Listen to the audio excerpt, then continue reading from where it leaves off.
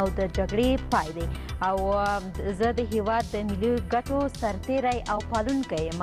او همداسې افغانو مېرمنو ته یې هم اطمینان دوی د حقوقو په ساتنه کې به زه په ساتنه کې ژمن یم او د ځانګړو مېلمنو څخه چې د بهرني هیوادونو څخه ول اروپایي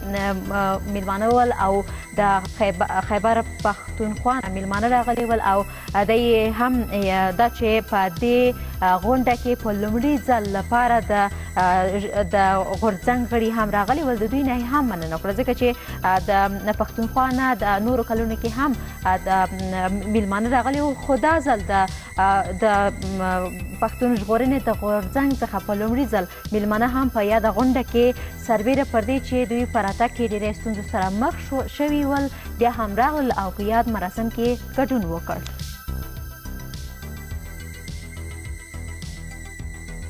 او همداسې یادونه یې وکړه چې زه ولس سره ژمنه کوم چې خپلې ټولې ژمنې به پر ځای کوم دا چې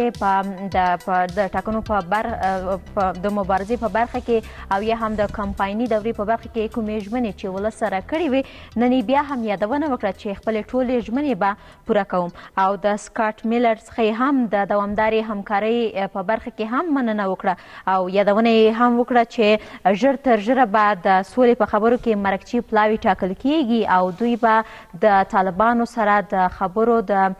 پیل لپاره ټاکل کیږي او دا به هم روښانه شي چې په د یادې هوکړې په برخه کې کوم عاید چې ټاکل کیږي دا به څوک او د کومو برخو څخه وي